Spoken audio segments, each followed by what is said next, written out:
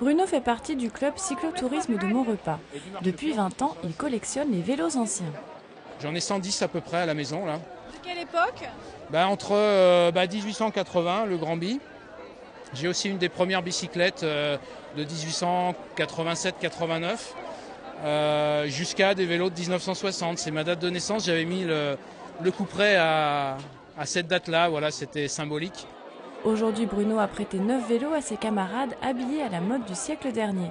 Et malgré les apparences, entre vélos modernes ou anciens, ils ont tranché. Oh, les vélos modernes. Les vélos modernes. C'est comme entre une jeune femme et une vieille femme, on préfère une jeune. Et les femmes, justement, il y en avait à Maurepas. Au total, 200 venues de Rennes.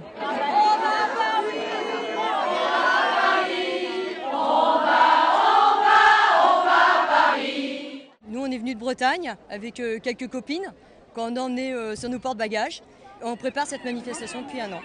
Catherine et Véronique, les deux jumelles, ont mis 2 jours et demi pour parcourir 300 km. Pour elles et toutes les autres femmes, c'est une grande première. La fédération a décidé de promouvoir le vélo féminin.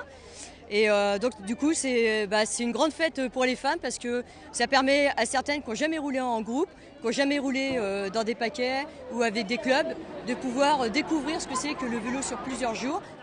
Cours de mécanique et entraînement au vélo, les femmes n'ont rien à envier à la jante masculine. C'est différent d'être entre filles? Ah oui, ça piaffe beaucoup dans le peloton, ça chante.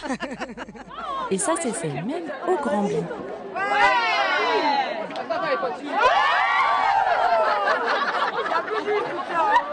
Le cortège breton a quitté Maurepas dans la joie et la bonne humeur, direction Versailles, avant de rejoindre la Tour Eiffel, où près de 5000 féminines venues de tout l'Hexagone se sont donné rendez-vous pour célébrer le cyclotourisme au féminin.